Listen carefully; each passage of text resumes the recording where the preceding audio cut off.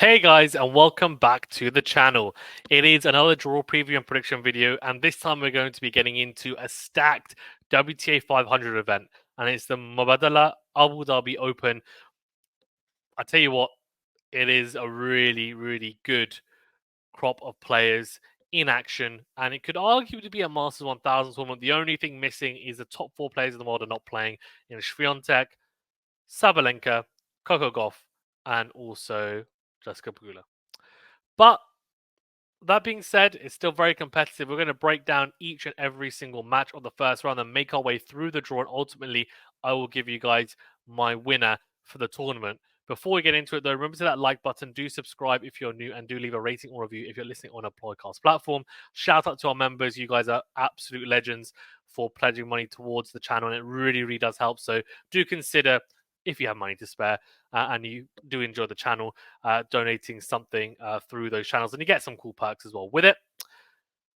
Okay, let's get into it. So Rybakina is the top seed, and she had a disappointing Australian Open, playing an epic and losing a world record longest tiebreaker to Blinkova in a final set to lose to her in the end. And it was heartbreaking, I would imagine, but she always is gracious in defeat, but she'll be looking to pick up form in this tournament and look strong towards the back end of this first hardcourt swing in the year I think to make sure that she does well at the Sunshine Double, which of course are two Masters 1000 tournaments, which will be important for her.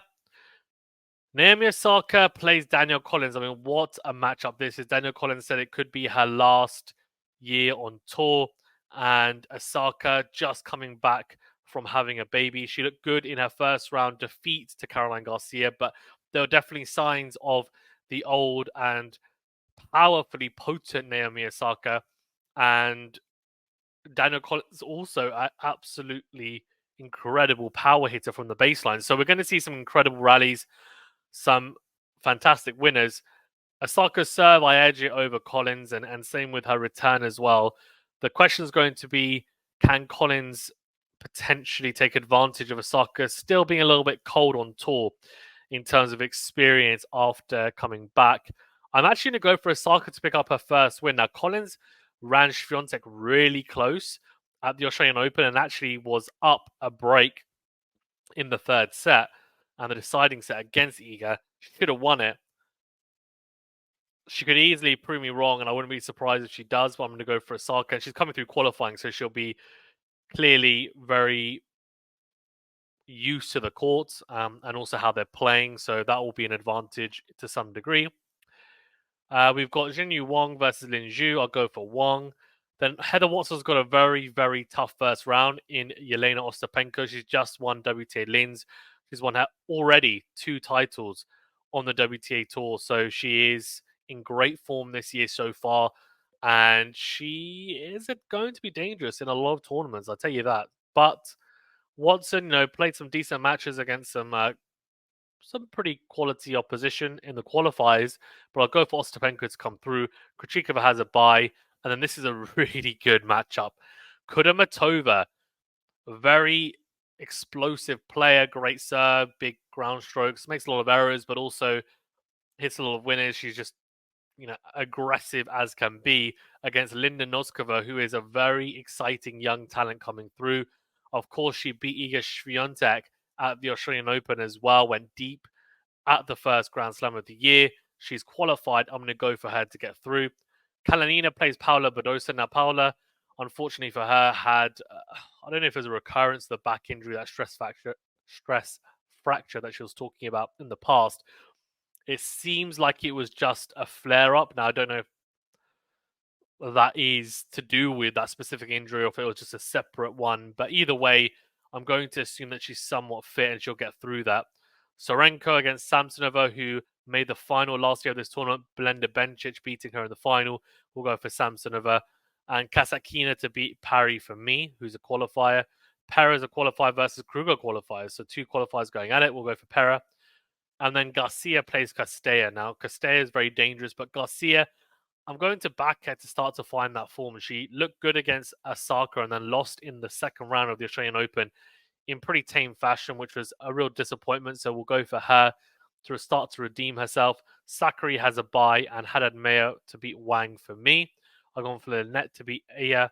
And Raducanu, Buskova. Raducanu's played Buskova a few times, and I think she struggled with it. Buskova is not an easy opponent whatsoever. And I'm trying to think. I'm pretty sure they played last year, I want to say. But I could be wrong. No, she hasn't. She hasn't. It was someone else. So it's their first meeting. I mean, Raducanu could easily lose, but we'll go for Raducanu. And Jabeur has a bye. So Jabeur, of course, a disappointing loss to the youngster Mirandreva, who played a fantastic match. Jabeur just hasn't looked great since that Wimbledon final loss. And yes, it might take her some time to recover and recuperate and really pick herself up from that. It was a devastating loss. But in my opinion, she needs to be better in these situations. And I think she now needs to be over this because she's too good a player to not be going deep at these types of tournaments and potentially even winning these tournaments. And we've seen her win big tournaments in the past. And let's see. Enough of my Jabeur rant and wanting her to win a Grand Slam. Rybakina Osaka. This is a ridiculous round of 16 match or second round match. And as much as I would love to say Osaka wins, and she did take Rybakina to 3 sets in Brisbane. I said actually in the previous round that it would be Osaka's first one. Of course, it wouldn't be if she got through her first round match in this one. She has won matches this year, but I was going to say her first win since Australian Open. Let's say then. So we'll go for Rybakina. I think she'll be too strong. Ostapenko's beat Wang. Krejcikova and Noskova, 2 Czech players, and look, Krejcikova is very, very, very good when she is on form, but she hasn't quite hit that type of form we've expected from her for a while. Noskova is hot. I'm going to go for the youngster. Samsonova, I think, will get through Badosa. Just there's a lot of question marks around her body. How's it going to hold up? If she's fully fit, she's more than capable of winning that match. Kasatkina to beat Pera, and I've gone for Garcia Sakari. Sakari's beaten Garcia. I think she leads the head-to-head. Neither player is playing particularly well right now. It's 2 players who were looking to potentially win a Grand Slam, and they're almost touted to win one. And in fact, the head-to-head is 3-3. So Sakari won the most recent one in Tokyo and won Guadalajara. She's won the last 3, actually. I think we'll go for Sakari then. She'll have confidence, I'm sure. Hermea to beat Lynette, I think. Yeah, fine. Raducanu and Jabeur. Now, this could be a tough one for Jabeur. And I'm actually not particularly confident about either player in this matchup. This is a real flip of a coin for me because I think Jabeur could make it awkward for Raducanu, but Raducanu has the pace of the ground and the tennis IQ, I think, to stay with Jabeur and induce errors from the Tunisian. I'm going to go with Jabeur, but I could easily see Raducanu winning that one. But that'll be a really good second round if we get it. Hopefully we do. Rybakina Ostapenko. Wow. I mean, what a matchup that is. Ostapenko doesn't seem to have the same effect on Rybakina as she does on Swiatek. And that's because the styles is just so different, of course. I mean, the head-to-head is 3-2 in favor of Rybakina. Rybakina has won the last 3 matches: Cincinnati, Rome, Australian Open. The last time Ostapenko beat Rybakina was in 2021. She's in great form, though, Ostapenko. If she was going to do it, would be now. But is she going to feel a little bit tired after the Linz win, which is in Europe? She'll have to travel to Abu Dhabi.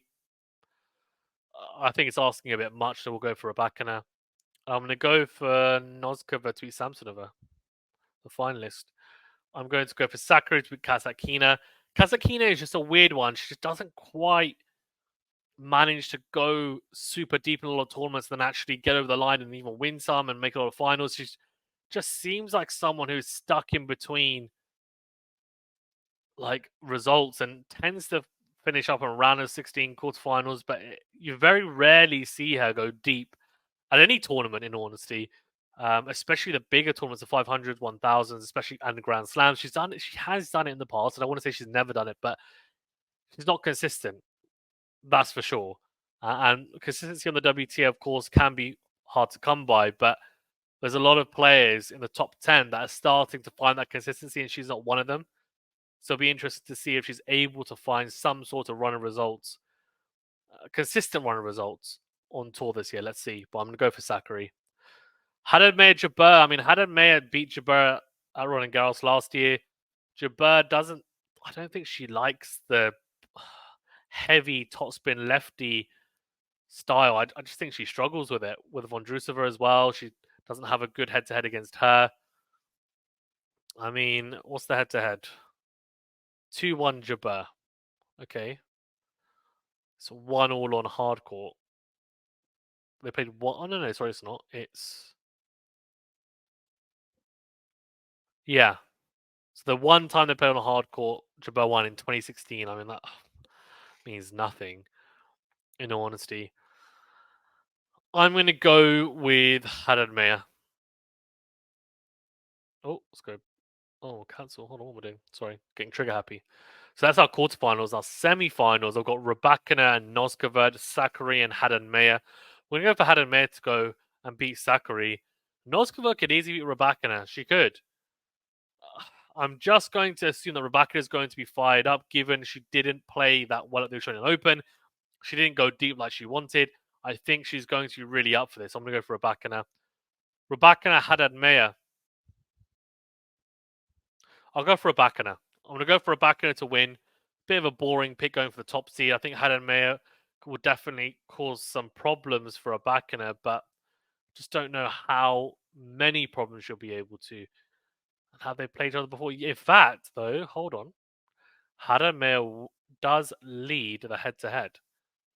They played 3 times last year, once on grass, once on clay, once on hard court. And the only match Rybakina won was on grass, and Haddad Mayer had to retire 4-1 down in the first set. And in fact, Haddad Mayer beat Rybakina. She upset her last year in 3 sets.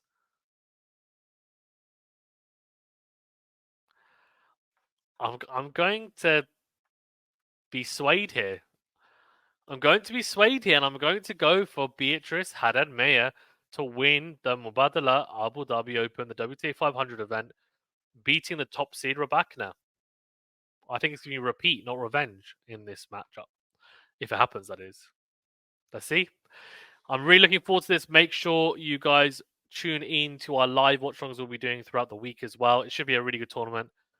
There are going to be some great matches as well, of course. And yeah, we will be back. We are going to be back streaming. We'll be doing potentially some match previews as well. There's some big matches on show that I think are worthy of breaking down.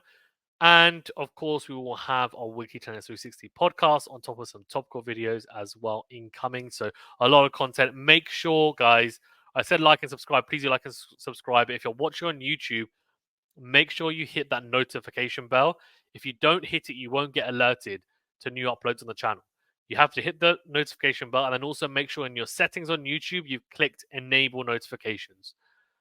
Otherwise, it doesn't matter if you click the bell, you won't get notified anyway because your settings on YouTube are off. So make sure both those things have done. I promise you won't regret it. We've got some great content. I know some of you say, oh, you've got this content. That's amazing. I haven't seen that. And I think it's because people obviously are not or don't know how to switch on notifications and they haven't done it yet. So hopefully that will help you guys interact even more with the channel, and your support is greatly appreciated. Let me know in the comment section below who your picks are and why. Thank you very much, guys. Stay safe and well. We'll see you in the next video.